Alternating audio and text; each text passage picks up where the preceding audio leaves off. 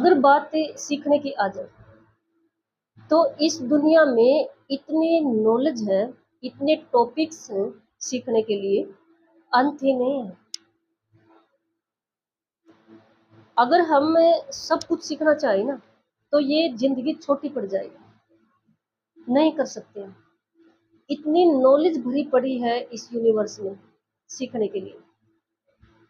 लेकिन अगर बात ये आ जाए कि पूरे ब्रह्मांड में सबसे ज्यादा इम्पोर्टेंट क्या है सीखने के लिए, मैं जितनी भी बुक्स पढ़ती हूँ, मेरा लाइफ का अनुभव रहा है, उसके आधार पर बता दूं कि सीखने के लिए सबसे इम्पोर्टेंट वाइब्रेशन का लेन देन है। वाइब्रेशन एनर्जी का व्यवहार है। आपने बड़ों से ये तो सुना होगा कि जो कुछ इंसान की लाइफ में मायने रखता है वो व्यवहार रखता है, और व्यवहार पूरी तरह से डिपेंड है वाइब्रेशन पर, एनर्जी पर। इसके इस बात पर कितनी बुक्स आ रही हैं, अभी लॉ अट्रैक्शन बोल रहे हैं, यूनिवर्स को एनर्जी भेजना, पता नहीं कितने नामों से।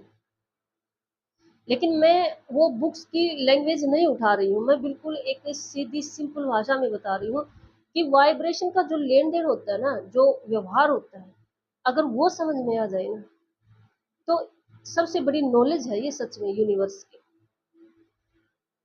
सीखने के लिए अगर कुछ बात हो रही है तो ये इंसान को जरूर आना चाहिए। इसको हम छोटे छोटे एग्जाम्पल से समझते हैं। कैसे? मान लो हमारे साथ किसी ने बहुत बुरा व्यवहार कर दिया, हम बहुत गुस्से में क्रोधित हैं, हमारे मन में ऐसी एनर्जी वाइब्रेशंस आ रही हैं कि हम उसको कभी माफ नहीं करेंगे, हमारे साथ ऐसा कर कैसे दिया, और इतने ताव में रहते हैं कि हम पता नहीं कितने दिन भी कितने घंटे निकाल सकते हैं सिर्फ इसी एनर्जी के साथ। और अगर किसी पल में या किसी भी दिन वही इंसान आकर हाथ जोड़कर आपके पांव पकड़कर माफी मांग ले, सारी गलती मान ले जो उन्होंने आपके साथ किया, बिल्कुल इंसानियत के साथ, तो फिर हमारी एनर्जी कैसी हो जाएगी उस इंसान के प्रति। ये है एनर्जी का लेन देन, एनर्जी वाइब्रेशन को समझना, चेंज हो जाएगी ना। हम इस हमारा एकदम से, जिसे कहते हैं ना, पता नहीं कितना नाम दे रहे हैं, बीपी हाई हो गया, एकदम से डाउन हो जाएगा, नॉर्मल हो जाएगा। उसने माफी मांग ली, गलत व्यवहार किया था, गलत बोल दिया, माफी मांग ली, नॉर्मल हो जाएगा हमारा बीपी, हमारी सोच चेंज हो जाएगी। इसमें कोई फिजिकली रोल था क्या, या कोई और बाहरी पावर का रोल था? यहीं से शुरुआत हुई थी। मीन्स हमने यहीं से क्रोधित एनर्जी उत्पन्न की थी, गुस्से वाली एनर्जी उत्पन्न की थी, बदले वाली एनर्जी उत्पन्न की थी, और फिर यहीं से हमने माफी वाली एनर्जी पैदा कर दी। ठीक है। कई बार हम कहीं पर जा रहे होते हैं और गिर गए, मान लो चोट लग गई, लेकिन वो काम जरूरी है, मान लो हमारा जॉब का इंटरव्यू है, या हमारा एग्जाम है, या कोई शादी ब्याह है, फंक्शन है, हमें थोड़ी बहुत चोट लग जाती है, हम क्या करते हैं, झट से पट्टी वगैरह दवाई वगैरह करते हैं और झट से पहुंच जाते हैं उस जगह पर।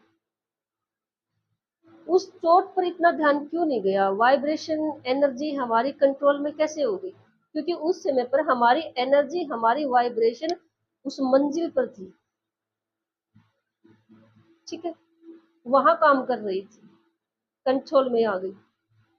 लेकिन अगर हम घर आ रहे हैं कुछ भी काम फिनिश करके या वैसे डेली रूटीन, और तब हम गिर गए, काम खत्म करके आ रहे हैं, लास्ट हमारा रेस्ट है, वो फिर अगले दिन पे डिपेंड करता है, तो वो जो पेन होगा, चोट चाहे सेम हो, वो दर्द हमें रेस्ट के लिए बोलेगा, उठने नहीं देगा। ये एनर्जी वाइब्रेशन हुई। हम इन बातों को ना बहुत सारे एग्जाम्पल से समझ सकते हैं। एनर्जी का जो व्यवहार है। मान लो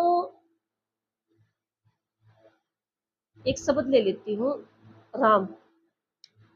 ठीक है, मैंने ऐसे बोला, हे राम,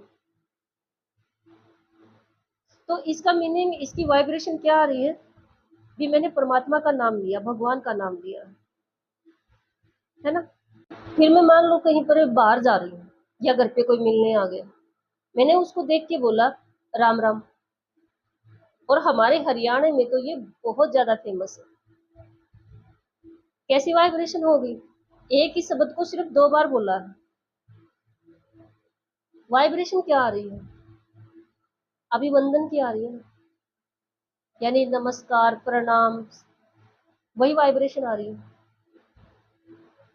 और मान लो मैं इसी शब्द को कुछ देख कर एकदम से ये बोलती हूँ, राम राम राम, जैसे हमारे बड़े बुजुर्ग करते हैं।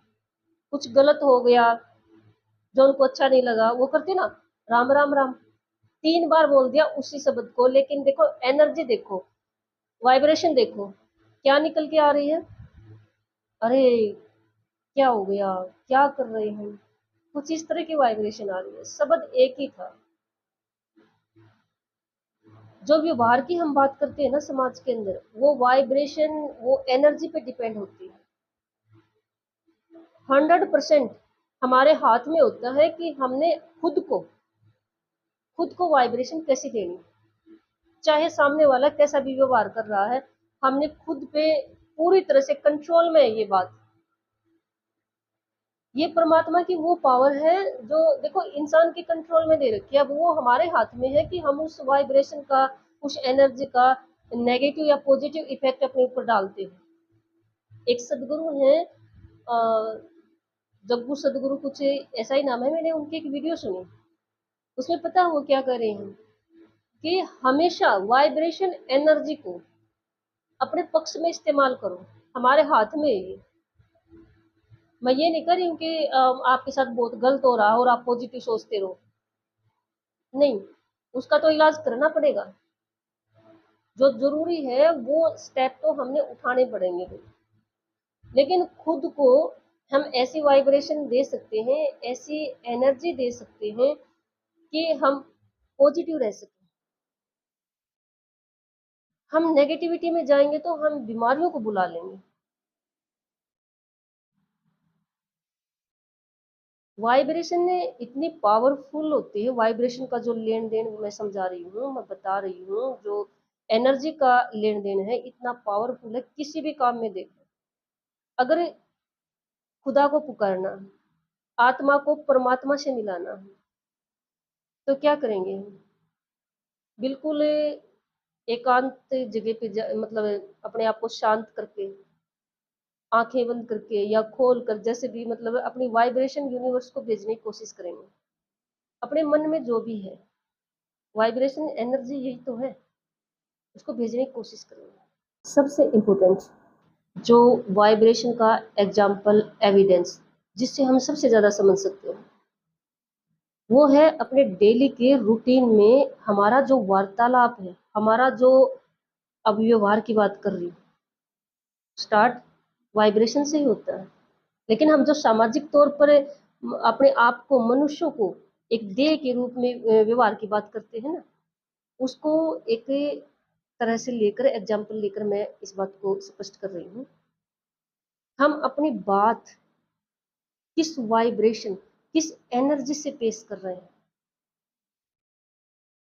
सबसे इम्पोर्टेंट बात है ये समझने की।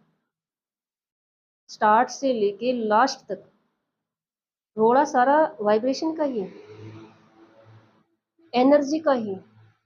लेकिन इसमें हम नोट कर सकते हैं, खुद को ही जज कर सकते हैं।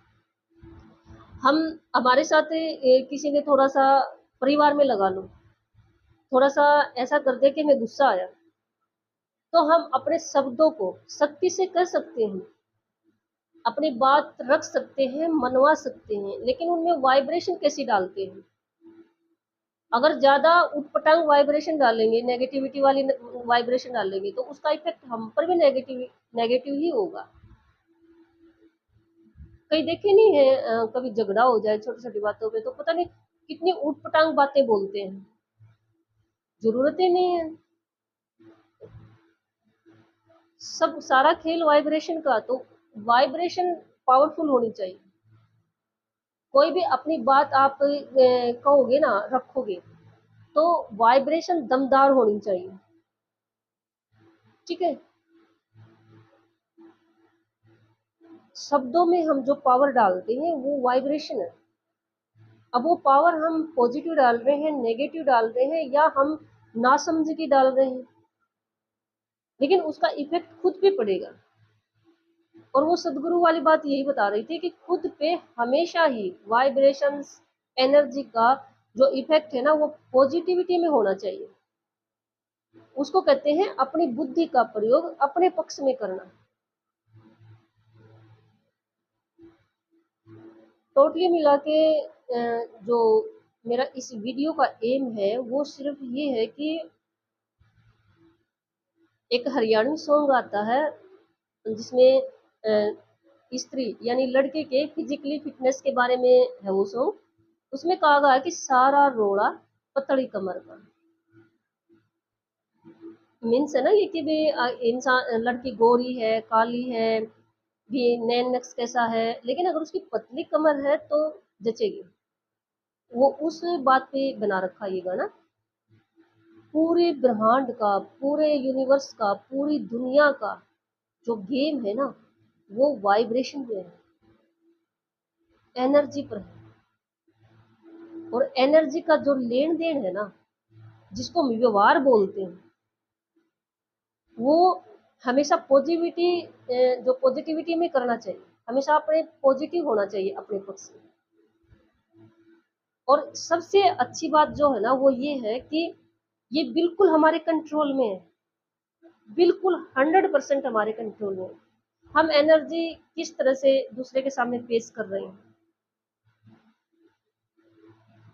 ये परमात्मा ने बहुत बढ़िया जो वो दे रखा, हमको पावर दे रखी है कि ये एनर्जी हमारे एनर्जी पे डिपेंड है सब कुछ, एनर्जी हमारे कंट्रोल में है।